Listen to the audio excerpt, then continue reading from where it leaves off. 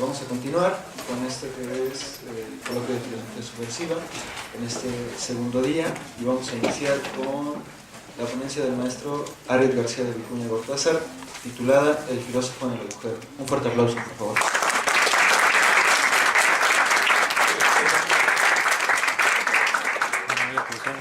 Bueno, pues muchas gracias por la presentación, gracias a los organizadores por la invitación y también por el esfuerzo de haber hecho realidad pues este congreso, este primer coloquio de estudiantes, y también muchas gracias a todos vosotros por estar aquí en estas horas intempestivas, vamos a decir así. Entonces, bueno, voy a empezar, tengo el texto preparado, ahora lo voy a pasar a leer, pero antes me gustaría simplemente no tanto justificar sino explicar el porqué del nombre. Creo que la referencia es clara, la referencia es Tales de Mileto, el filósofo dentro del agujero, la anécdota de la caída de Tales. Entonces, ¿cómo se me ocurrió esta idea o por qué empiezo a pensar precisamente la anécdota? Pues esta idea se me ocurrió tras la lectura de un libro de Hans Blumenberg que os recomiendo amplísimamente, que se llama La risa de la muchacha Tracia. Es muy interesante porque es un análisis muy erudito de todas las anécdotas, o más bien de cómo se ha recibido la anécdota de la caída de Tales en el agujero a lo largo de la historia de la filosofía. Y por lo menos yo no tenía idea, y fue muy sorprendente para mí, el hecho de que desde la antigüedad hasta prácticamente nuestros días, la anécdota de Tales de Mileto ha dado que pensar y sobre todo ha generado muchísimas protestas y muchísimos halagos. A mi modo de ver, lo más interesante es eso, cómo Tales de Mileto, la anécdota de Tales de Mileto ha marcado la historia de la filosofía, y la ha marcado desde el entusiasmo y desde la defensa más a ultranza, vamos a decir así, de la figura de Tales, y también el desprecio y el odio y la denigración de Tales de Mileto. Entonces, mi intención ha sido, en esta reflexión que os voy a presentar, pensar precisamente eso, y no tanto la caída, o pensar más bien desde la caída, pensar desde el odio que genera la caída y desde el entusiasmo que genera la caída, y tratar de pensar a la filosofía dentro precisamente de ese agujero. Entonces, bueno, voy a pasar a leer la ponencia, espero que sea de vuestro interés, y sí me encantaría que pudiésemos dialogar al final. Entonces comienzo con una pequeña reflexión, una pequeña problematización precisamente de nuestro evento, ¿no?, del Congreso de Filosofía Subversiva. Bueno, pues paso a leer. El evento que nos convoca el día de hoy lleva por nombre Filosofía Subversiva. La exigencia del tema parece clara: pensar la relación entre la disciplina filosófica y la posibilidad de perturbar la realidad. Por lo menos así estoy yo entendiendo su versión. Pero, ¿cómo debemos abordar el problema? Algunas preguntas posibles para pensar este dilema son las siguientes. ¿Puede ayudar la filosofía a subvertir la realidad? ¿Es o puede convertirse en un arma de la revolución? El mandato marxista, por supuesto, sobrevuela estas cuestiones. ¿Puede el filósofo abandonar la interpretación de la realidad y ayudar a su transformación? ¿Es capaz la crítica filosófica de apoyar el cambio? Todas estas preguntas y sus posibles soluciones, estoy convencido, surgirán a lo largo de estos días, pero yo me propongo explorar un camino distinto. Para comenzar la indagación, propongo que nos detengamos un momento y prestemos atención a las palabras que nombran el evento: filosofía subversiva. ¿Qué nos dicen estos términos? Aparentemente, hemos asumido la evidencia de que la filosofía, venerable y milenario saber, es subversiva. Pero, ¿esto es una evidencia? ¿O por el contrario, es el problema sobre el que hay que reflexionar? Un saber cultivado en los círculos aristocráticos de la paradójica Atenas, democrática y esclavista al mismo tiempo, ¿es clara y evidentemente subversiva? No parece tan obvio. Pensemos pues esta supuesta evidencia como un problema. Profundicemos algo más. ¿Qué podemos entender por filosofía subversiva? Un primer problema se nos presenta. Una filosofía subversiva, aparentemente, no es una filosofía de la subversión. Es decir, una filosofía subversiva no parece conformarse con pensar e interpretar la subversión. Parece obligada a practicarla. Parece que la exigencia es que la filosofía se transforme en la praxis. Pero debemos preguntarnos, ¿es esto posible? ¿Puede la filosofía, inútil y contemplativo saber, practicar algo? Si es así, ¿cómo? ¿Disciplinando y dirigiendo la subversión? ¿Decidiendo e imponiendo una subversión avalada filosóficamente? ¿Son los filósofos la vanguardia consciente de los subversivos? ¿El grupo dirigente de la revolución? ¿Debe la subversión ser filosófica? Si entendemos la subversión como la acción para conmocionar el orden, ¿cómo y por qué debe intervenir la filosofía? E incluso, ¿es deseable esta intervención? Filosofía subversiva o subversión filosófica. En cualquiera de los dos casos, parece imposible librarnos de la alargada sombra de Platón. ¿El filósofo quiere ser el rey? ¿Su saber le da derecho de dirigir, de guiar la acción? ¿La dignidad y el saber de la filosofía así lo exige? Puede que sí, pero no vamos a acceder a esta exigencia. No queremos acceder, proponemos un cambio, un camino diferente, un orden distinto. Si, como dice el nombre de este coloquio, el desafío de la filosofía en el siglo XXI es pensar nuestro milenario saber como algo que subvierte, empecemos por lo más cercano y precisamente por lo más alejado de nuestras ansias de subversión. Abandonemos la reflexión sobre la filosofía subversiva y pensemos una subversión de la filosofía que nos permita criticar nuestra disciplina, gracias a una perturbación de las concepciones que de ella nos ha legado la tradición. Lo bueno, lo noble, lo importante de la filosofía es sobre lo que proponemos reflexionar. No permitamos a la filosofía disciplinar la subversión. Autoricemos a la subversión conmocionar a la filosofía y pensemos sobre esto. Espero que este cambio cumpla con las exigencias del coloquio. Pero, ¿cómo lo vamos a hacer? ¿Cómo vamos a conmocionar el orden de la filosofía? ¿Destruyéndola tal vez? ¿Golpeándola hasta que caiga?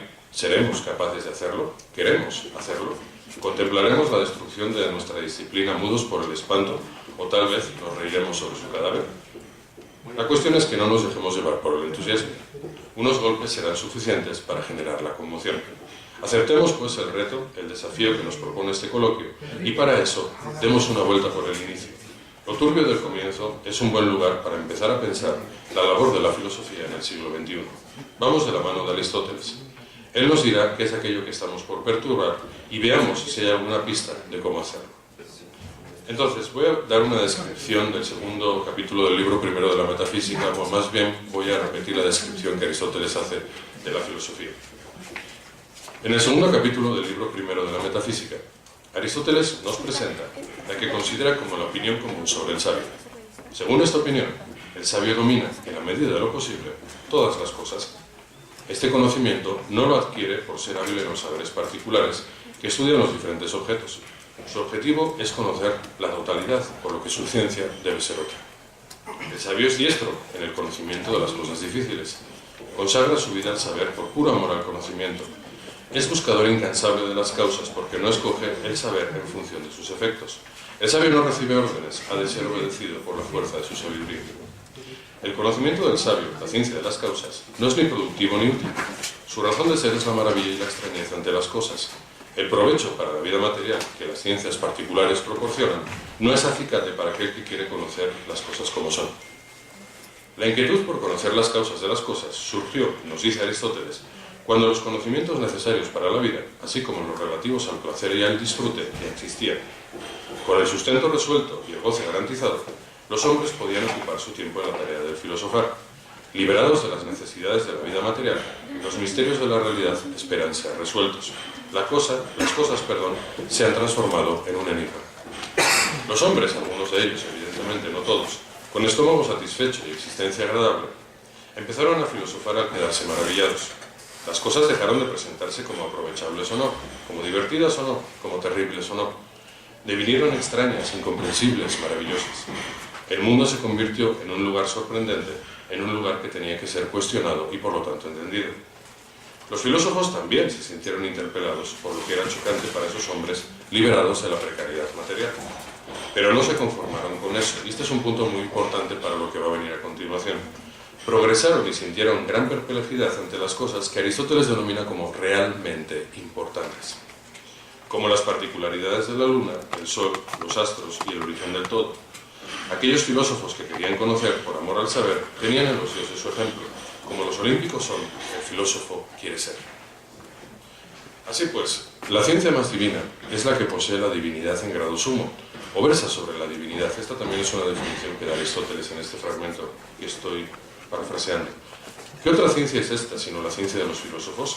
Todas las demás ciencias pueden ser más necesarias, pero ninguna es mejor. Las ciencias útiles que transforman la vida material no se acercan a la causa suprema de las cosas. Su misión es otra. Su gloria depende de las necesidades que han de satisfacer. El filósofo reniega, en esta lógica, de su humana y esclava condición. Por eso quiere abrazar la libertad de los olímpicos. Servir a las necesidades materiales lo aleja de la misión que, para el estagirita, es propia del ser humano, y aquí cito a Aristóteles: buscar la ciencia que por sí mismo le corresponde. Fin de la cita. La ciencia de las causas es esta ciencia, la ciencia libre. Como el Dios o el hombre liberado de la precariedad material, la filosofía es fin de sí misma. De nada depende, a nadie obedece, si no es a ella. No es medio para nada que no sea ella misma. La filosofía, según insisto esta lógica, no se vende ni se disciplina. Sus curadores, sus criadores, no trabajan al servicio de nada que no sea el saber. Las presiones externas no les afectan. La seducción del dinero o la fama les es indiferente. La utilidad de su saber les resulta trivial e innecesaria. Solo el amor a la verdad guía su pensamiento. La ciencia divina es consecuencia, entonces, del amor y la libertad. El filósofo ama el conocimiento y ninguna otra consideración lo encadena. «Quiero conocer», grita el filósofo, y actúa en consecuencia de su voluntad. Entonces, como podéis ver, la presentación que hace Aristóteles de la filosofía es bella, es un gran encomio, pero, como quiero mostrar, o como voy a mostrar a continuación, sí tiene un problema o una paradoja. Entonces, la bella apología del saber filosófico que Aristóteles nos brinda en la metafísica nos muestra una de las ambiciones de la filosofía, y aquí empieza el problema: ser inmaculado. Si la motivación es pura, el resultado final así debe ser. Esta es una idea que saco de Blumenberg, del libro que os he mencionado al inicio. Un saber puro, no corrompido por la mezquina exterioridad. Un saber que lo puede pensar todo, porque nada lo obliga a pensar algo. La pasión por conocer no debe tener límite alguno. Nadie ni nada puede limitar el delirio por el comprender del filósofo. Todo es un problema, todo llama nuestra atención. Yo, el filósofo, decido sobre qué pensar. Entonces, como una primera conclusión, la presentación que hace Aristóteles de la filosofía nos habla precisamente de la absoluta, entre comillas, o teórica libertad que la filosofía tiene. Supuestamente, nosotros estamos capacitados para pensar cualquier cosa. Pero tenemos que detenernos un segundo. No nos dejemos llevar por el entusiasmo que genera tan hermoso encomio y prestamos atención. Necesitamos algo. Pongamos nombre a este impoluto buscador de la verdad. Y el nombre que se me ocurre poner es el nombre de Tales, alguien nacido en Mileto. La pregunta será, ¿por qué él? La respuesta parece obvia: por ser el primero. Por ser el primero que abandonó la sabiduría práctica, que grabó su nombre en letras de oro en la lista de los 7 sabios por buscar una verdad mejor y más divina. Por ser el primero que investigó las cosas importantes como el movimiento de los astros. Por ser el primero que se atrevió a responder a la interrogante que se cuestiona por la causa de todas las cosas con una tesis que, y cito a Nietzsche, enuncia algo acerca del origen de las cosas sin imagen o fabulación alguna. Fin de la cita. Pero insistimos, hay que insistir. ¿Por qué él? Por ser el primero de los impuros, de los muy impuros, buscadores del saber puro. Entonces, la pregunta es precisamente esa, o el problema que quiero plantear es ese. Voy a tratar de demostrar que Tales tampoco cumple con esta libertad que Aristóteles le da a la filosofía. Entonces, paso a explicar por qué. Cuenta Aristóteles en Política que Tales, harto de escuchar que la pobreza en la que vivía era culpa de la inutilidad de la filosofía, decidió callar a aquellos que difamaban a la filosofía. Gracias a sus conocimientos astronómicos, dedujo, en pleno invierno, que la siguiente cosecha de aceitunas iba a ser excepcional. Invirtió su escasa fortuna en arrendar todos los molinos de aceite de Mileto y Quíos, alquilándolos por muy poco dinero, al no tener competencia alguna. Cuando llegó la cosecha, Tales pudo realquilar los molinos al precio que quiso y lograr una gran fortuna. El filósofo había demostrado que, si esta fuese su intención, podría ser más rico que nadie, gracias a su conocimiento, pero esta no es la intención de su labor. La anécdota narrada, hay que decirlo, destruye la afirmación que acabamos de hacer. ¿Cómo podemos calificar de impuro aquel que da una lección a los murmuradores? ¿Cómo podemos calificar de impuro aquel que ridiculiza a aquellos que niegan el valor supremo del saber puro? El último de los 7 sabios demuestra que puede, pero, con desdeñoso gesto aristocrático, deja claro que no quiere. El negocio y la riqueza no son actividades que puedan perturbar a aquel que ha decidido filosofar. Las malintencionadas acusaciones que tildan de inútil la ocupación del primero de los filósofos han sido totalmente aniquiladas, por lo que no hay razón alguna para cambiar el rumbo. El filósofo puede triunfar sobre las adversidades de la vida práctica, pero, para sorpresa de los que denigran la filosofía, no tiene interés alguno en hacer esto. El peligro de lo impuro ha sido expulsado del seno de la filosofía con la defensa de una decisión. Puedo, pero no quiero. Puedo, pero no me interesa. Puedo, pero no es importante. Nadie ni nada puede perturbar la búsqueda de la verdad. Tales ha triunfado, y así lo reconoce Aristóteles al contar la anécdota. Puede ser más rico que nadie, gracias a su conocimiento, pero esta no es la intención de su labor. Honor a quien honor merece. Tales ha vencido la tentación y mantiene intacta su honra, su libertad y la pureza de la filosofía. Entonces, ¿por qué lo hemos elegido a él? Porque nuestro querido Tales es un sabio exitoso, arrogante y puro, pero un filósofo que comienza su transitar por la filosofía con un estrepitoso y sonado fracaso, y lo pongo desde luego entre comillas, con un tropiezo y una caída en un hoyo inhóspito. El primer golpe nos sacude, la filosofía se desploma dentro del agujero. La anécdota más sugerente, a mi modo de ver, del filósofo de Mileto, no nos coloca delante de un triunfo. Irónicamente, nos hace testigos de un torpe fracaso. Nos presenta a un hombre absurdo, ridículo en su arrogancia y vanidad. La historia de este fracaso, narrada por Diógenes Laercio, nos cuenta que Tales cayó en un pozo cuando, en compañía de una vieja, salió de su casa con la intención de ver las estrellas.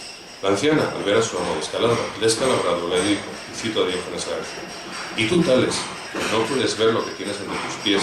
¿Crees que vas a conocer las cosas del cielo?». Fin de la cita. En la versión que leemos en el Teteto platónico, el reclamo de la mujer se convierte en una burla. La mujer se ríe. No es difícil imaginar al dolorido Tales escuchar estupefacto las carcajadas de la fémina mientras las palabras resuenan en sus oídos una y otra vez. ¿Cómo pretendes conocer las cosas del cielo si eres incapaz de ver lo que tienes debajo de tus pies? La anciana de la anécdota, una esclava que acompaña a su amo en su paseo nocturno, recrimina a Tales su descabellada pretensión. ¿Cómo se siente capaz de desentrañar los misterios de la realidad cuando lo más cercano le hace caer? La humillación del filósofo, tenemos que decir, es absoluta. Una esclava, una mujer, aquella que en Grecia tiene vetada la palabra y la capacidad de decir lo que piensa por esta doble condición, habla y lo que sale de su boca es una censura y una carcajada. ¿Qué estás haciendo, Tales, hombre ridículo? La filosofía, pues, nace dentro de un agujero oscuro, asistida en el parto por las burlas y las carcajadas de los ignorantes. El divino saber es ridiculizado por aquellos que viven preocupados por cercanas banalidades. Por cosas poco importantes, incapaces de entender la grandeza del intento de Tales, se ríen. El escarnio, pues, persigue al filósofo. Pero estas burlas, dice la filosofía, se deben a la ignorancia de los muchos. La caída de Tales solo puede ser motivo de mofa para aquellos que son incapaces de entender el problema del conocimiento, de la búsqueda de la verdad. La afrenta es constante, ciertamente, pero la defensa de la filosofía es muy poderosa. Los muchos se equivocan, y lo hacen porque no saben. Platón, por ejemplo, trata de convertir el escarnio de la burla en la marca de la virtud filosófica. Obliga a Sócrates a decir que esa burla es aplicable a todos aquellos que se dedican a la filosofía, porque a un filósofo, dice el ateniense, y cito el Teteto platónico, le pasan desapercibidos sus próximos y sus vecinos. Fin de la cita. No saben lo que hacen, o cuál criatura son, y aparentemente no le importa. El filósofo no pierde el tiempo en ese tipo de banalidades. Una persona así ocupa su tiempo en investigar concienzudamente, y cito otra vez a Platón, ¿qué es en verdad el hombre? Fin de la cita. Sócrates lo tiene muy claro. El filósofo se dedica a estudiar las cosas importantes, por lo que las burlas de los ignorantes lo único que hacen es descalificar a aquellos que ríen. ¿Qué sabrán ellos sobre la importancia de las cosas y cómo tratar esa importancia? Aristóteles y Platón, pues, han querido deslegitimar las burlonas risas de los irreverentes que deshonran el excelso saber. Pero el poder de la risa no debe subestimarse. La burla mueve, el humillante señalamiento obliga, y la filosofía se llena de las impurezas, de las presiones externas a las que decía no prestar atención. Y este es el punto central. ¿No decías, divino saber, que eras libre? ¿No decías que nada ni nadie te obligaba? ¿Por qué abandonaste esa libertad y te centraste en las cosas importantes? Otro golpe. La enojosa humillación desvía, impone un camino y Tales lo sigue. El filósofo, ofendido y provocado por las críticas, se ve obligado a salir del agujero, y aquí aparece la paradoja implícita en la descripción que hace Aristóteles de la ciencia de las primeras causas.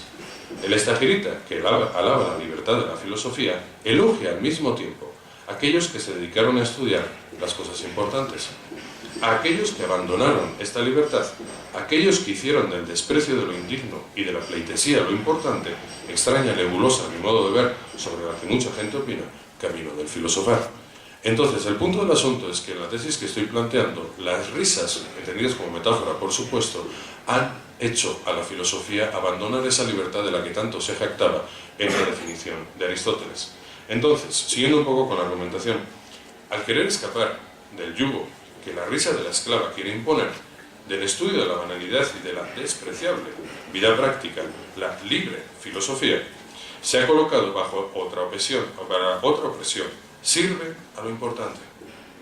Su curiosidad, su deseo, su pasión han sido disciplinadas. Y este considero que es el golpe final. La filosofía ha dejado de ser libre. Pero claro, yo mismo me hago la pregunta, ¿este abandono de la libertad de la filosofía es tan importante o tan problemático como podemos pensar? Trato de responderme a mí mismo, de responder a esta pregunta. Y mi respuesta es la siguiente. Pero eso tampoco debería preocuparnos.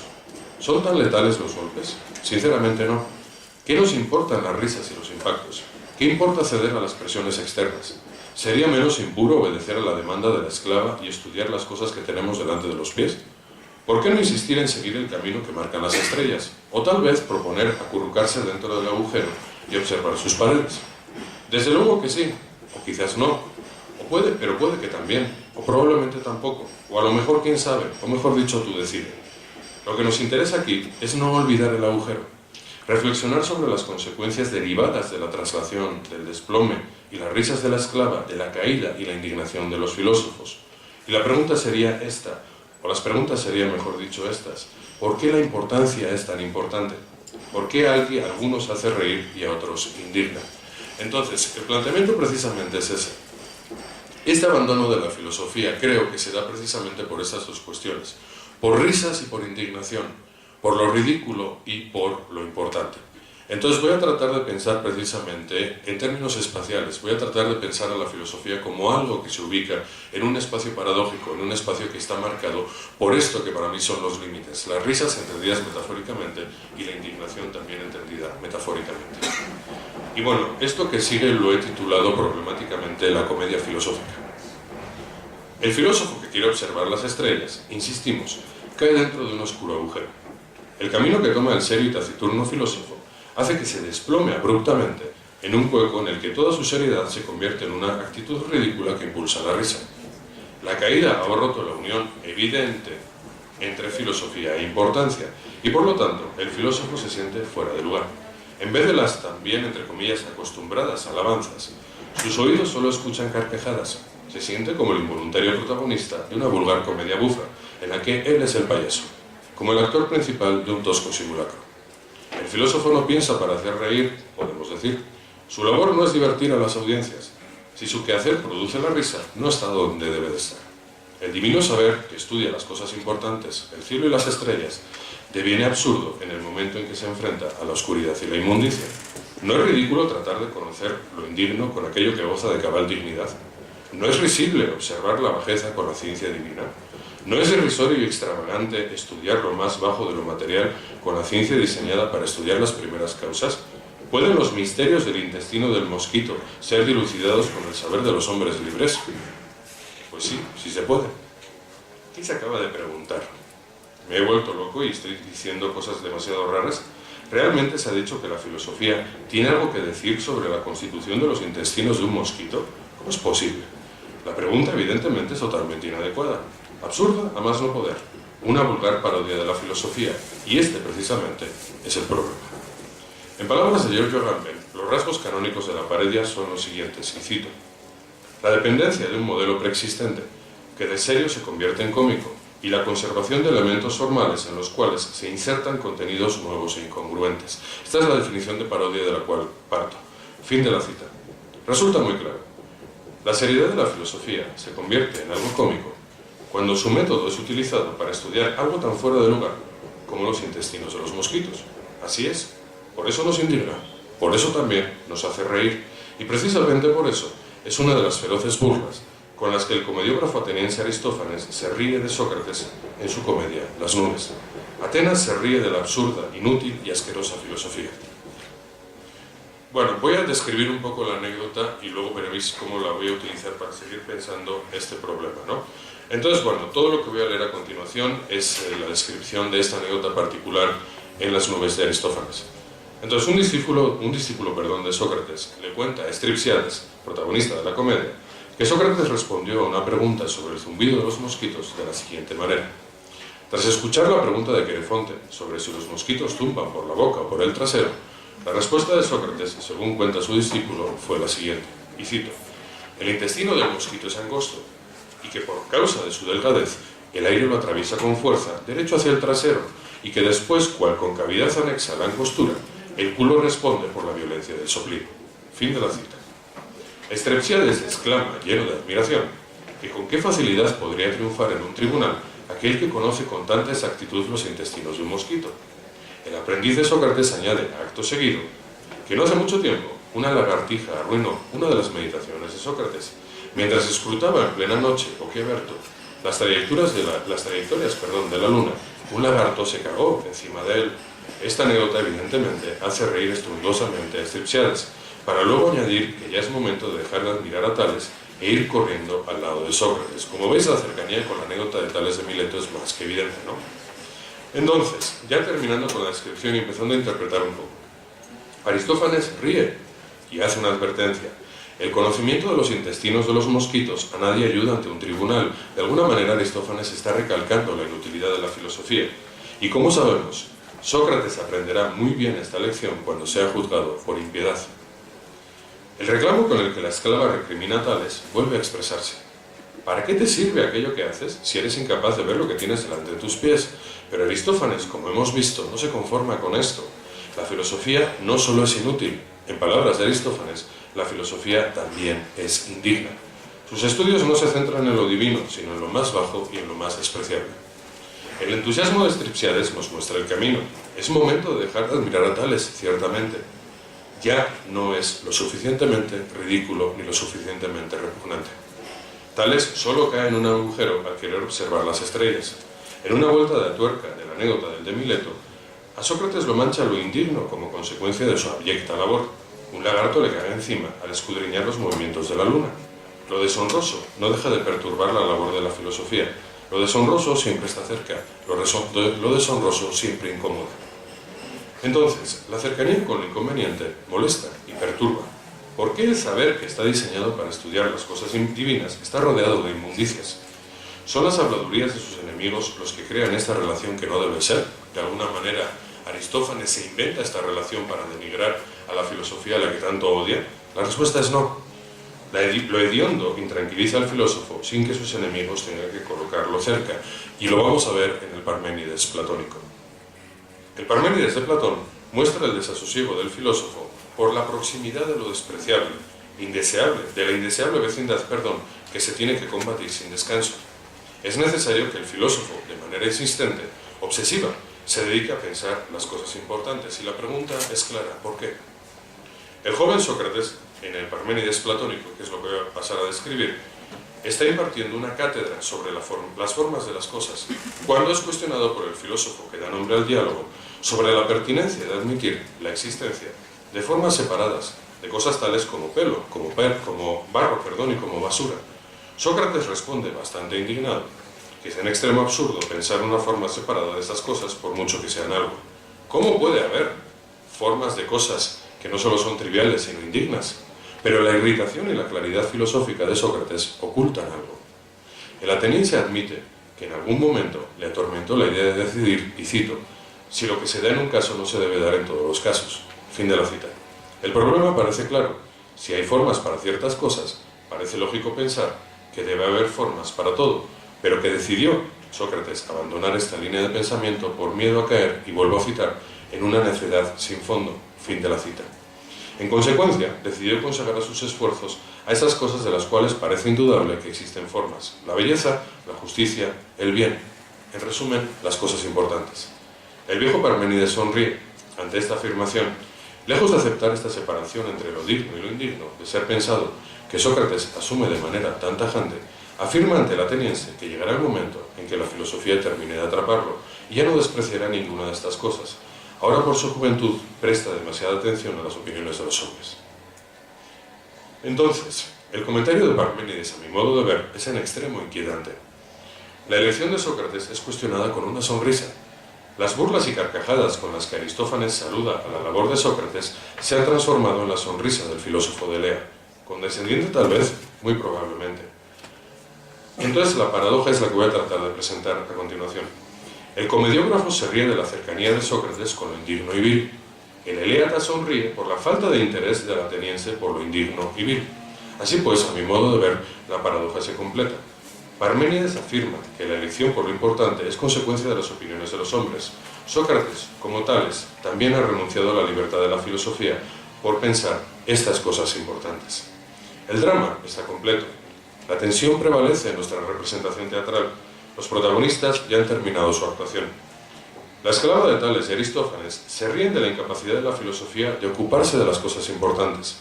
Sócrates y Platón desprecian las burlas de los ignorantes y su incapacidad para pensar las cosas importantes, y Parménides sonríe ante el abandono de las cosas no importantes.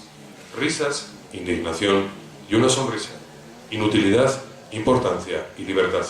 El espacio de la representación parece un tanto confuso, tal como Aristóteles lo había descrito.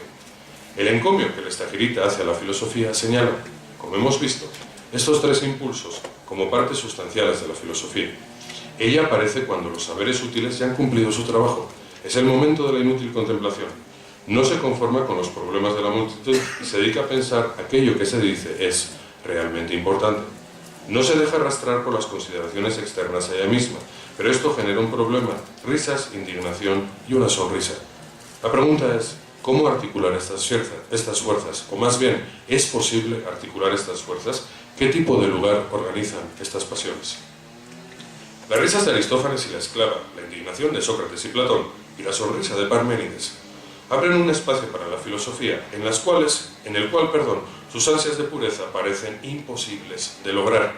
Está atravesada por todas estas fuerzas. Muy lejos de la claridad y quietud de los cielos, la filosofía trata de articularse en un lugar lleno de fantasmas que la encierran, la golpean y la empujan. Pasiones encontradas arrastran al divino saber de un lado a otro con violencia y con determinación. La filosofía es denigrada con burlas y defendida con indignación. Se toma la posición y se ataca con fuerza. Las risas y la irritación quieren obligar, y Parménides sigue sonriendo. La risa que se mofa y la indignación que desprecia delimitan, a mi modo de ver, como puntos extremos, el espacio en el que un saber que se dice libre trata de articularse.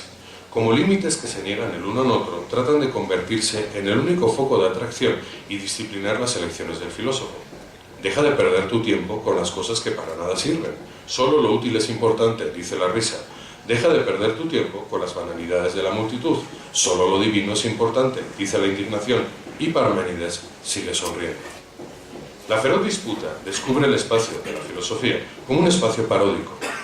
Los reiterados intentos por acabar con el enemigo no hacen más que fortalecer la presencia del oponente.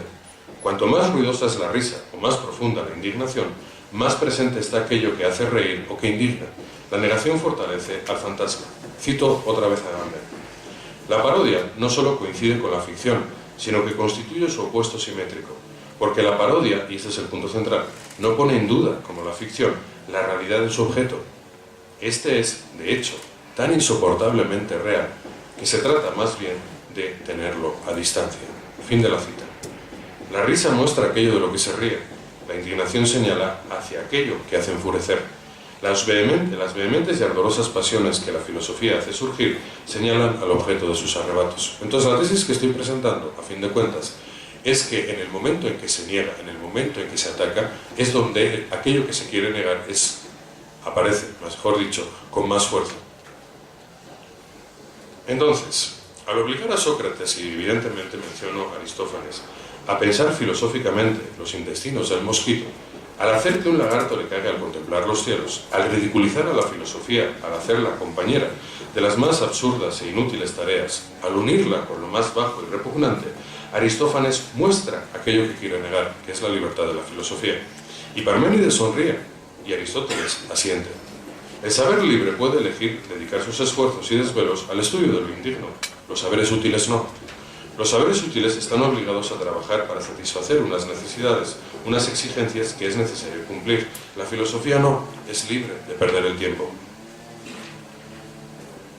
Por otro lado, al reivindicar la inutilidad de la filosofía, como síntoma máximo de su cercanía con la verdad, el filósofo muestra la importancia de lo útil como condición de posibilidad para su ineficaz saber, y Aristófanes se ríe y Aristóteles asiente. Entonces, es el juego precisamente que quiero mostrar. Todas estas negaciones que, insisto, van mostrando aquello que niegan, ¿no? La filosofía puede aparecer una vez, y aquí estoy otra vez citando a Aristóteles, que las ciencias que transforman la vida material han cumplido su trabajo, o por lo menos aseguran el tiempo de ocio en el que el filósofo puede pensar. Esto lo menciona Aristóteles en la Política. Gracias al esfuerzo de los esclavos pueden pensar algunos atenienses. Al alabar a los filósofos que se dedican a estudiar las cosas realmente importantes, el estagirita muestra que también pueden dedicarse a lo trivial y lo indigno, caer en el agujero y la esclava se ríe, y Sócrates se indigna. La filosofía puede caer, ¿por qué no?, en la necedad sin fondo de la que Sócrates quiere escapar. Abandonar los temas que la tradición ha consagrado, alejarse de los asuntos que son propiamente filosóficos, es un camino totalmente viable. El filósofo puede consagrar sus esfuerzos a aquello que, idealmente, nadie ha pensado filosóficamente o incluso se considera totalmente ajeno al filosofar. ¿Por qué no piensas sobre la idea de barro, Sócrates? Al reivindicar el estudio de lo importante frente a Sócrates, Parménides da voz a las opiniones de los hombres que critican lo absurdo del saber filosófico. El coro de los que reivindican la utilidad de todo saber digno de ese nombre resuena con fuerza y la esclava se sigue riendo y Aristófanes se carcajea. El filósofo piensa dentro de una realidad, y esto es absolutamente innegable a mi modo de ver, en la que la importancia de lo significativamente valioso obliga a justificar una y otra vez la trascendencia y repercusión de su labor. ¿Para qué sirve tu labor?, es la pregunta. Para nada puede ser una respuesta aceptable, pero sabemos que nunca es aceptada. Al pensar lo indigno, no se olvida la importancia de lo importante, la necesidad de justificar la propia labor ante aquellos que exigen utilidad al saber. La esclava de Tales lucha hombro con Sócrates por la importancia del saber. Entonces, el paradójico espacio en el que la filosofía trata de pensar se muestra, insisto, lleno de desasosiego. Distintas fuerzas se enfrentan, distintos fantasmas se manifiestan, distintas parodias se niegan las unas a las otras, y al hacerlo, y este me parece el punto más importante, la negación muestra la sombra de aquello que se está negando. La separación nos acerca paródicamente a aquello de lo que nos queremos separar. Entonces, aquel que atribuye suprema importancia a la filosofía no deja de sentir la sombra de lo irrelevante sobre él. ¿Realmente el estudio de la justicia y el bien se diferencia tanto del estudio del barro y del desecho? ¿Es la reflexión sobre el intestino del mosquito una parodia de la especulación sobre las esencias? ¿O, por el contrario, es la metafísica un intento de poner distancia con la insoportable realidad de lo no importante? Las muchas veces críptica meditación sobre lo elevado es una parodia que no puede olvidar la inutilidad de la filosofía y, por lo tanto, trata de esconderse tras una apelación a la importancia del oscuro e incomprensible, o tal vez son solo distintos juegos paródicos que, inevitablemente, no dejan de mirar de reojo aquello de lo que tratan de alejarse. Entonces, esas son las preguntas, esos son los problemas. ¿En qué medida podemos entender a la filosofía como un juego constante de parodias que inevitablemente siempre muestran aquello que tratan de negar? Entonces, ese es un espacio extraño y es un espacio que ahora voy a tratar de explicar, de refractario enemigo de la definición. ¿Cómo podemos definir a la filosofía? Veremos si es posible. Aquel que magnifica la inutilidad de la filosofía, insisto, no deja de vivir en una realidad en la que la vida material y sus contratiempos se manifiestan amenazadores y marcan las posibilidades de los estudiosos de la filosofía. La pregunta creo que es obvia: ¿realmente se puede pensar sin comer? Por supuesto que no. Los esclavos, los mecenas, las instituciones han dado de comer al filósofo para que pueda pensar. La pura e inútil labor del filósofo ocurre, ciertamente, pero ocurren en un lugar muy alejado de los cielos, en los que las almas discuten despreocupadas. Acontece en el mundo, corporalmente, atravesada por las penurias y exigencias de lo material, el divino saber tiene que devenir humano. Aquel que se ríe de la inutilidad del divino saber, de la cercanía de la filosofía con lo indigno, no deja de mostrar la fantasmagórica libertad de elección que ella posee. ¿Por qué estudias eso? Porque quiero, responde arrogante el filósofo. Pero no te sirve de nada, precisamente por eso lo hago, replica vanidoso. Entonces, ¿cómo se te puede nombrar filosofía? ¿Qué eres? ¿Para qué sirves? ¿Por qué esta tensión? Odiada, temida, ridícula, adorada, inútil, libre, indigna, importante, divina, irrelevante. El filósofo trata de elaborar algo en el espacio en que se abre, como resultado de la conflagración de todas estas fuerzas. El divino saber es cortejado, también seducido, pero también es denigrado y también es insultado. por el discordante coro que, con esfuerzo constante, trata de negar a lo supuestamente otro de la filosofía. Y eso supuestamente otro puede ser muchas cosas. Puede ser su utilidad, su grandeza, su libertad, su importancia, su bajeza, su ridiculez. Las ruidosas voces tratan de delimitar, de definir, de acotar, de cercar, en definitiva, de purgar a la filosofía de todas esas adherencias supuestas que la desfiguran. Así pues, todas las voces acusan, todas las voces niegan, todas las voces muestran, todas las voces dicen que la filosofía cae en lo inadecuado. La filosofía no debe hacer esto o lo otro, entonces lo está haciendo. La filosofía no es tal o cual cosa, entonces se muestra de esa manera. La filosofía no tiene nada que decir sobre aquello, entonces algo está diciendo. Podemos cambiar las negaciones de lugar. La filosofía debe hacer esto o lo otro, entonces no lo está haciendo. La filosofía es tal o cual cosa, entonces no se muestra de esa manera. La filosofía tiene mucho que decir sobre aquello, entonces no está diciendo absolutamente nada. ¿Por qué haces esto? Deja de llevar la contraria. Eres un saber serio. Haz lo que tienes que hacer y sé coherente contigo mismo. Pero la seriedad de la vieja filosofía, tan griega ella, no puede resistir la entrada de la incongruente novedad. Entonces, ¿por qué la acepta? La obstinación por conservar ciertas formas y procedimientos y la aparición de nuevos problemas, nuevas importancias, nuevas utilidades, convierte a la filosofía en un saber incoherente, en un saber que se pregunta sobre la constitución de los intestinos del mosquito.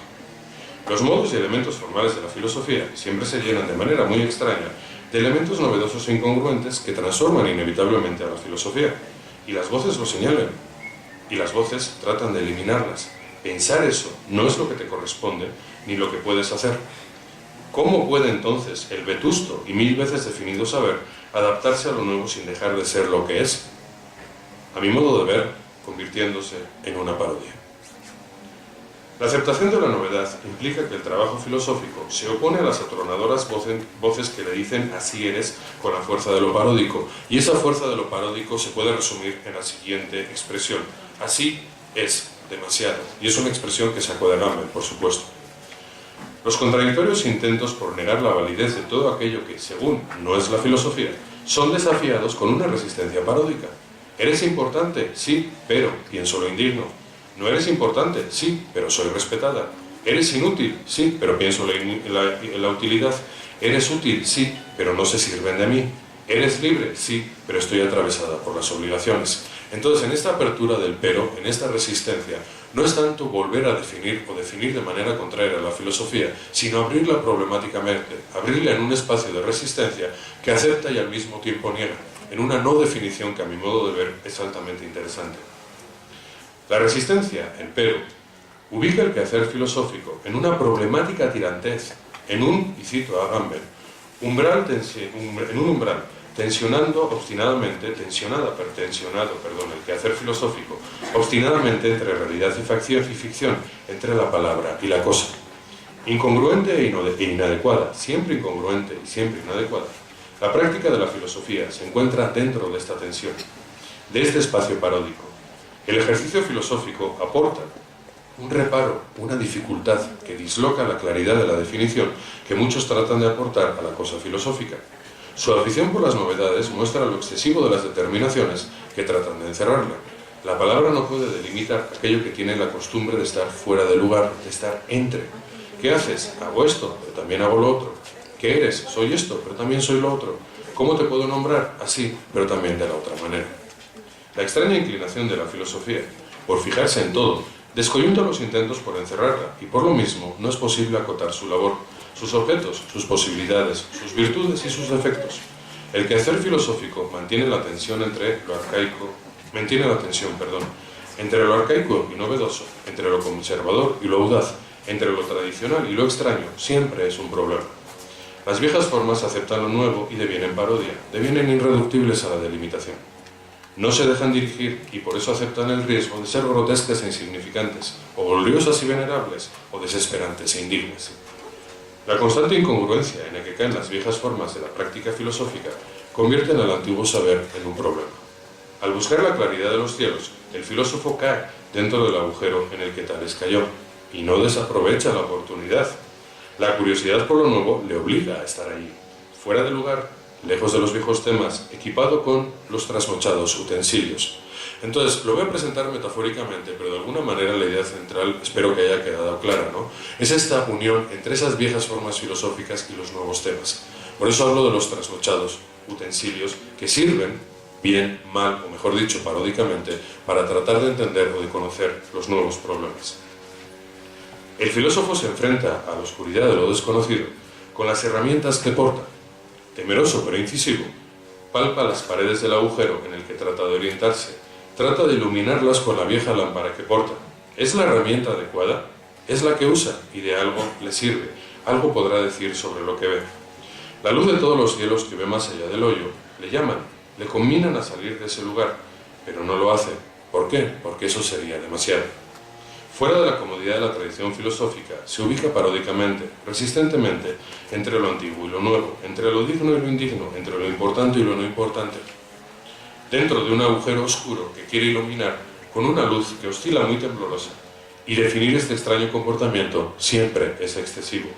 Entonces, ya para concluir, voy a presentar algo parecido a una conclusión, y ya para empezar con las preguntas.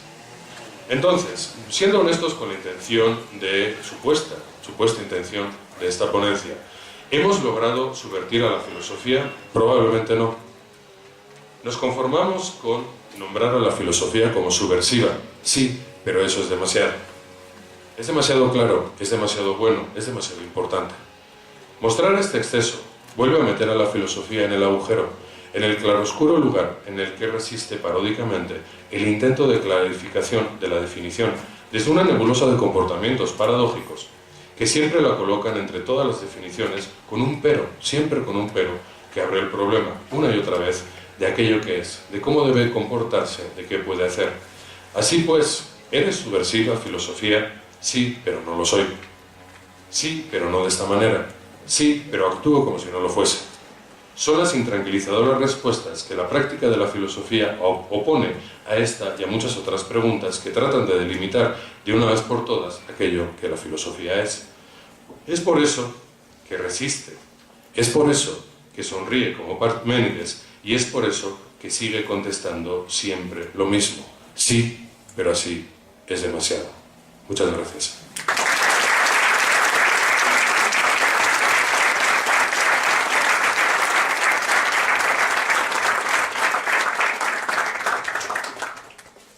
Pues vamos a iniciar con la ronda de preguntas, si alguien tiene una pregunta.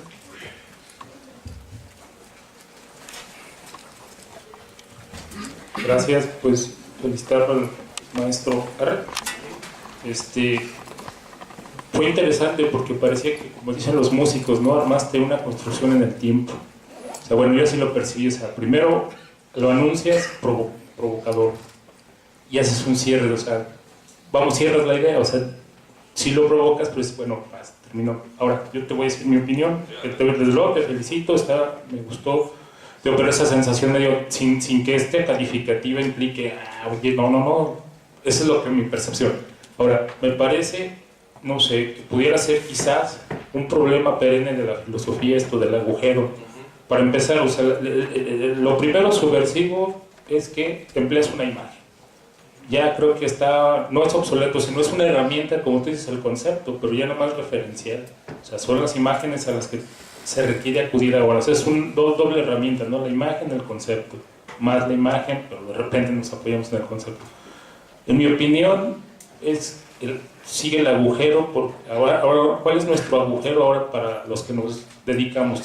Yo no me atrevería, yo de nuevo filósofo, ¿no? Estudioso de la filosofía, quien ama esta actividad. Creo que el agujero hoy se llama especialización. Y finalmente, aunque nosotros no queramos, ahí nos meten, ¿no? Y creo que la risa que hace esa especialización al calificar ustedes los inútiles, ustedes los mantenidos, no es más que la expresión de su fracaso. O sea, es la impotencia de no aceptar su fracaso. O sea, la risa sirve también para temperar y para digerir desgracias. Vamos, nos lo platicaban un buen profesor allá de donde yo soy. Decía, bueno, en un principio a Aristófanes le parecía, pues, oye, pues cómo te burlas del gran Sócrates, ¿no? Pero si se analiza a fondo, realmente Sócrates fue un subversivo y esa risa era más bien para temperar todo lo que podía desatarse o todo lo que desató Sócrates, pues en los testimonios tanto de Platón como de se me olvidó el otro. Ahora, digo, esa es mi opinión. Y la otra es, bueno, compartir una anécdota también de esto, como dices, paradójico o paródico de la filosofía. Vamos a decir, una experiencia personal. Yo en el momento en que digo en mi casa, pues a mí no me interesa, yo quiero un esquema de buenas conciencias. Yo soy de Guanajuato, una sociedad muy conservadora, muy reaccionaria, y muchos te lo pueden constatar, ¿no? Entonces, lo paródico que quiero expresar en mi vivencia personal es cuando yo digo, pues voy a estudiar filosofía, ¿y de qué vas a vivir? Pues ese era mi problema, ¿no? Pero no solo eso, o sea, la nana que tiene ya años, que nos vio crecer chiquitos, fue y echó agua bendita en mi cama. Entonces yo dije, bueno, pues creo que muy bien, ¿no? Y ya, pues ahora sí que pues hasta le agarré más sabor a Baudelaire. Entonces, pues creo que ahí está la cuestión, o sea, digamos, consustancial a la filosofía está el agujero que tú describes, ¿no? Y es muy importante pensar, repensar. También se me venía a la mente esta cuestión de cuando Schiller escribe este ensayo de qué es la historia universal, ¿no? Que habla del sabio a sueldo y de aquel que busca pues un conocimiento por conocer, ¿no? No en absurdo, sino decir, pues reflexionar, o sea, sería que lleva pues a la situación de la época, que era realmente el problema de aquella Alemania de esos siglos, ¿no? Pero también quizás lo que hacen las tesis de Feuerbach, ¿no? Pues no solamente se trata de contemplar, sino transformar. Quizás ya decir, como tú dices, más allá, pero creo que en mi conclusión de mi opinión y mi participación es decir, pues considerar siempre ese agujero, ¿no? Y pues muchas gracias. No, pues gracias a ti. Sí, fíjate, o sea, lo único que estoy tratando de presentar es precisamente esa necesidad, ¿no? O sea, no podemos olvidar ni muchísimo menos que la filosofía ha sido definida, no digo ha tratado, ha sido definida infinidad de veces. Entonces, sí me llama mucho la atención, por lo menos en lo que he presentado, que siempre está como esa resistencia paródica que no contrapone una definición con otra, sino precisamente con una propia apertura de la práctica filosófica como problemática. O sea, a fin de cuentas, filosofar es problemático, porque inevitablemente, no sé si es bueno o es malo, pero así lo hacemos, somos parte de una tradición a la cual no negamos, por lo menos en absoluto. Y estamos, insisto, obsesionados con lo nuevo, con la novedad, con aquello que nos llama la atención. Entonces, claro, esa tensión a veces nos acerca más a un lado, a veces nos acerca más a otro lado, pero creo que nunca termina de quedarse en uno de los lados. Entonces, claro, como lo acabas de mencionar, y estoy desde luego totalmente de acuerdo contigo, el agujero es la constante. Si tengo algo de razón en lo que acabo de decir. Mi pregunta sería, desde esta postura, ¿cuál sería la relación de la filosofía dentro de la universidad? ¿Sería la carrera de filosofía una parodia en relación con los saberes importantes que se imparten? ¿O cómo la podremos pensar en su función universitaria, digamos? Fíjate, la respuesta, que ya sé que no te va a gustar, es sí, pero no. O sea, si te das cuenta, la ubicación de la filosofía dentro precisamente del espacio universitario habla de la claridad de las fuerzas, o sea, el hecho de estar institucionalizada, y no lo digo como algo malo, ni muchísimo menos, habla de fuerzas exteriores que disciplinan la práctica filosófica. O sea, si te das cuenta, como miembros de la academia, estamos obligados a, incluso en nuestra propia reflexión, en la transmisión de esa reflexión, tenemos que cumplir como con ciertos protocolos o ciertas cuestiones. Por ejemplo, ¿qué es un artículo académico? ¿Cómo se escribe un artículo académico? ¿Cuál es la formalidad del artículo académico? Claro, ¿en qué medida se puede hacer la resistencia? Se puede, o no, o depende, o tal vez. O sea, el punto del asunto es que las posibilidades existen y la voluntad de resistencia, porque eso también hay que decirlo, porque creo que es parte de una voluntad, habrá que ver si se ejerce o no se ejerce. Y claro, resistir no lo estoy planteando desde la negación, es decir, porque creo que con la negación caemos en el problema que precisamente la parodia me parece que no está diciendo, que es el de una afirmación contraria, que es una definición contraria, y que a fin de cuentas es una manera contraria de definir. Dicho de otra manera, te ríes o te indignas, pero a fin de cuentas algo estás diciendo de la filosofía. Entonces, en este juego de resistencias paródicas, la filosofía, insisto, se ubica problemáticamente, en una suerte de contradicción extrañísima entre el sí y el no. Más bien en una tensión, no tanto en una contradicción. Por lo tanto, claro que se puede hacer una resistencia dentro de la academia o no, todo dependerá.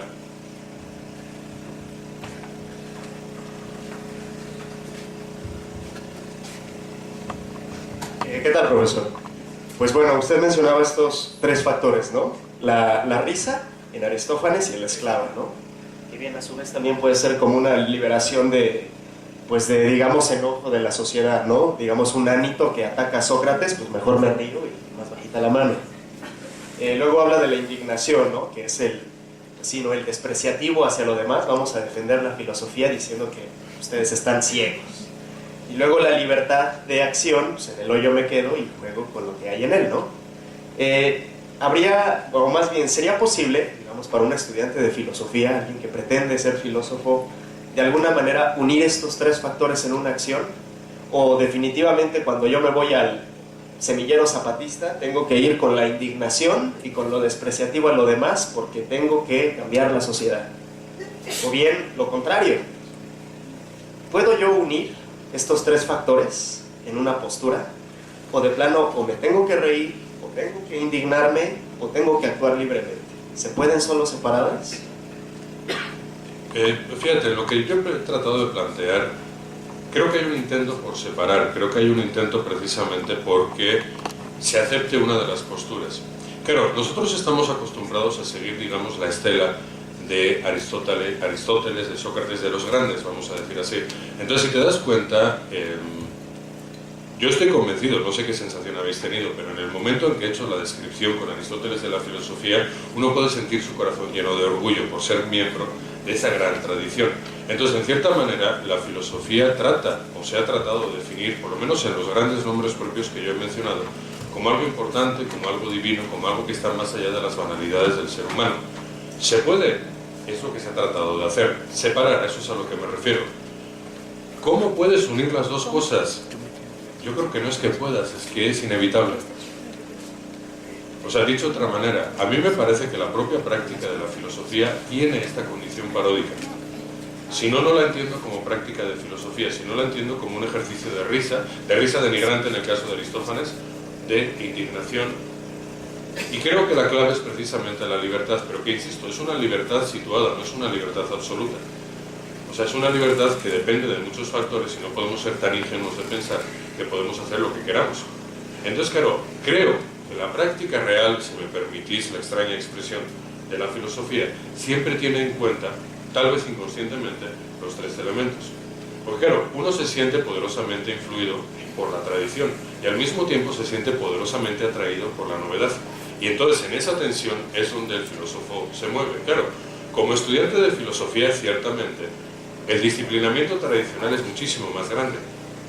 O sea, como estudiante tú estás acostumbrado a recibir, entre comillas, una verdad o ciertos nombres significativos y te dicen que eso es lo que tienes que pensar, pero siempre está ahí la novedad, siempre está ahí el pero, siempre está ahí la apertura o ese agujero, por seguir con mi propia metáfora. Entonces, yo creo, insisto, yo sé que es muy discutible, pero yo creo que la práctica de la filosofía tiene siempre estos tres elementos. Aunque las tensiones y los movimientos nos pueden acercar, y las circunstancias nos pueden acercar más a un lado o a otro.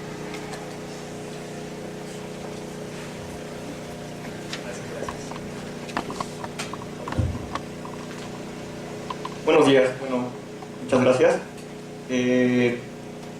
Bueno, para empezar, sí, considero que estos tres elementos de la risa, la indignación y la libertad sí pueden ser unidos, y eso Adot lo llama filosofía como modo de vida, ¿no?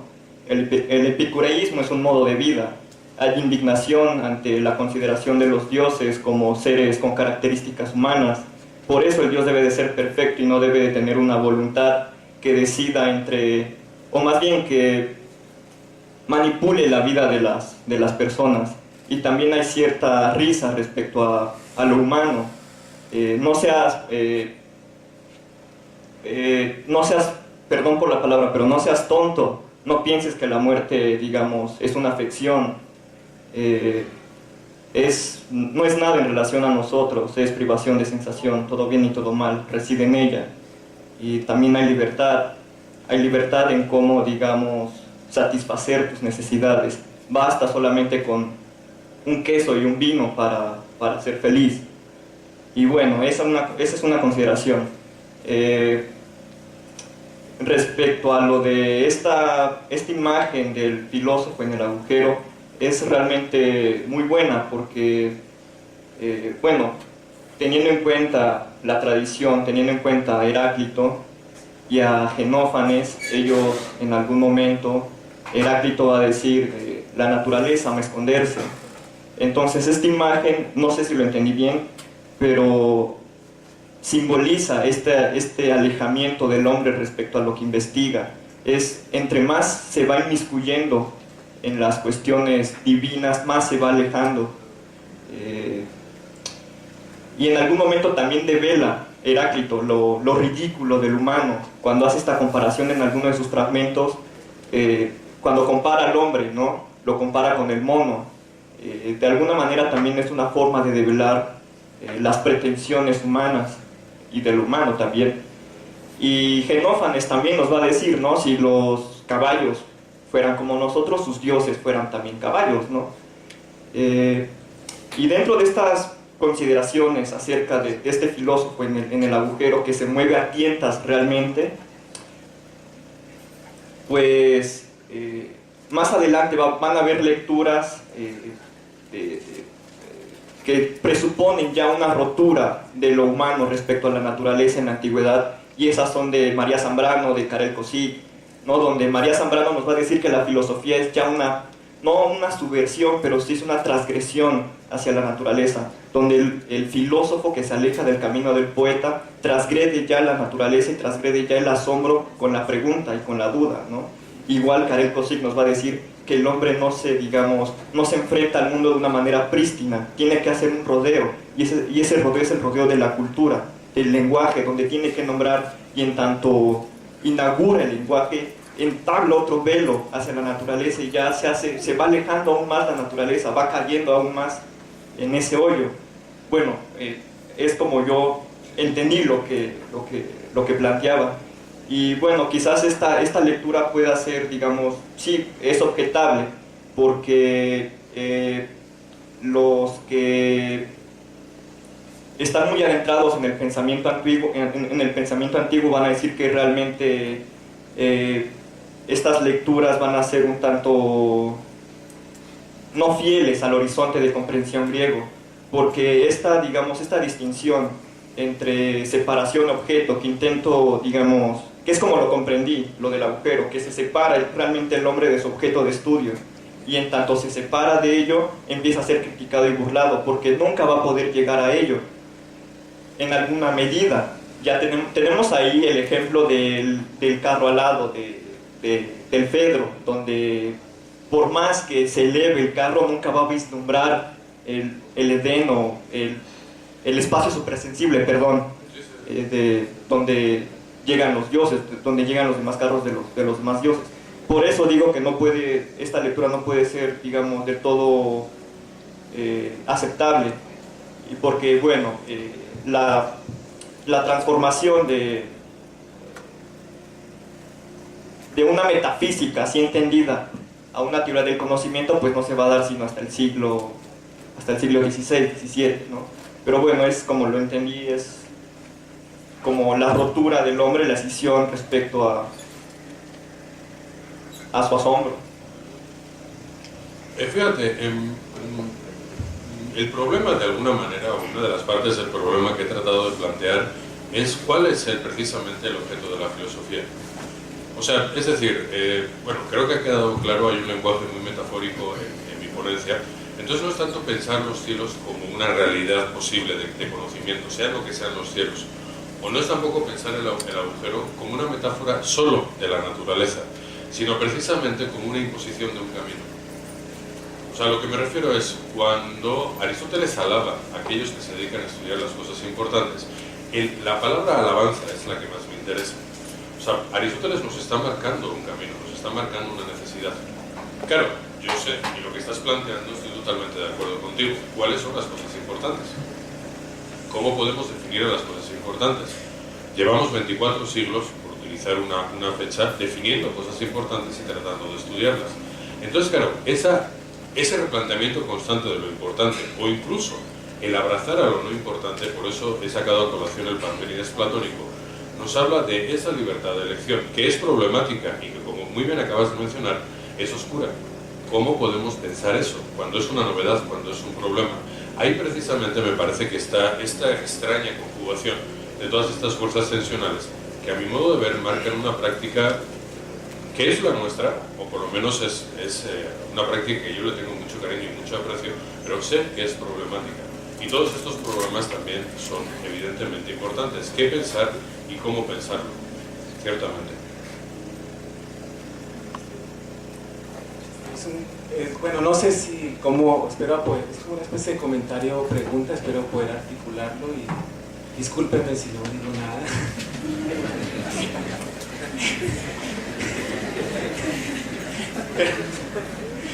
Pero bueno, es que lo que tu ponencia me gustó mucho. Creo que es una reflexión muy profunda en realidad. Bueno, en el sentido de la historia de la filosofía. Y creo que tú ya lo mencionaste, pero me gustaría aclarar, o sea, que tú me dijeras si estás de acuerdo o no. Porque cuando uno ve la historia de la filosofía antes de Platón especialmente, ¿no? En realidad la filosofía no tiene una definición clara, no tiene un objeto de estudio claro. De hecho, una de las cosas que empieza a hacer Platón y después toda la escuela platónica es tratar de, por un lado, defender la filosofía, pero por otro lado también tratar de definirla, ¿no? O sea, uno ve, por ejemplo, un ejemplo concreto de eso son los diálogos de Platón en sus discusiones con la sofística, ¿no? La sofística, Platón trata justamente de distinguir la filosofía de la sofística, ¿no? Y en ese sentido el libro primero de la metafísica de alguna manera como que es una concreción, ¿no? Como siempre Aristóteles, el mejor alumno de Platón, como que logra concretar todo ese anhelo, digamos, de poder identificar claramente a la filosofía como una disciplina, ¿no? Y en ese sentido justamente es Aristóteles quien de una manera muy buena, ¿no? Logra mostrar a la filosofía dentro de una tradición filosófica, ¿no? O sea, porque es como tú dices, ¿no? Es muy interesante lo que tú dices porque sí, Aristóteles está de acuerdo en que la filosofía de lo que se ocupa es del conocimiento y establece desde el principio que lo que buscamos todos los seres humanos es conocer eso. Y de acuerdo con eso él va a hablar de la ciencia suprema que es de la que se ocupa justamente del mayor conocimiento, ¿no? Pero de acuerdo con eso, lo que hace es ubicar todo el pasado filosófico dentro de una tradición. Entonces lo que yo quería preguntarte es si tú crees que más bien, no como que no caímos más bien como en la trampa de Aristóteles, más que, digamos, y en ese sentido no es que, no es que sea una parodia a la filosofía, sino que más bien como que caímos en la trampa, ¿no? Y en ese sentido tratamos como de darle un objeto a la filosofía que nos permita darle un sentido, ¿no? Estoy totalmente de acuerdo con lo que dices, Luis. O sea, sí, ciertamente a mí me parece que Aristóteles, por eso me resultó tan significativo el fragmento y por eso lo he descrito, trata de definir a la filosofía, pero creo que Aristóteles también nos da la clave de nuestra parodia. Si te das cuenta, en esta contraposición que he tratado de hacer entre la alabanza a las cosas importantes y la libertad de la filosofía, me parece que está, voy a calificarlo como error, pero no creo que sea un error. Digo error de Aristóteles porque si de alguna manera él quería como delimitar las posibilidades de la filosofía, alabar la libertad de los filósofos me parece que fue algo que no debía haber hecho. Y creo, no sé, un poco uniéndolo con lo que estás comentando, que puede ser precisamente por esa extraña tradición que le precede, o bueno, ese extraño número de individuos que le precede, por no llamarlo ni siquiera tradición. Entonces, claro, en eso, precisamente, en esa apelación a la libertad, a una libertad disciplinada, me parece que está lo paródico de la filosofía. Claro, yo trato de quitarle la connotación a la palabra parodia. O sea, puede pensar que es una suerte de insulto a la filosofía y mucha gente lo sabe entre los aquí presentes, yo la quiero mucho. O sea, a mí la filosofía me gusta mucho. O sea, la quiero y la practico siempre que puedo, ¿no? Pero el punto del asunto es que parodia lo entiendo como esta fuerza resistente. Y me parece altamente filosófica. ¿En qué sentido? porque no nos conformamos con lo que Aristóteles nos dijo, sino que precisamente podemos dislocar esa definición aristotélica o cualquier otra definición de filosofía y siempre poner el pero, siempre poner el problema. Y a mi modo de ver, no hay nada más filosófico que la generación de problemas. Porque claro, si Aristóteles nos hubiese dado la solución, pues igual viviríamos más tranquilos, pero sería menos divertido también hacer filosofía. Entonces por eso digo que ese pero, que creo que está en Aristóteles dicho implícitamente, en esta apelación a estas tres fuerzas, es donde se abre el espacio de la filosofía, que idealmente, y es muy exagerado decirlo y habría que justificarlo mucho, nos permite seguir haciendo filosofía. Porque si a fin de cuentas si fuese seguir un método ya consagrado por Aristóteles, pues simplemente serían pequeños matices que podríamos hacer, ¿no?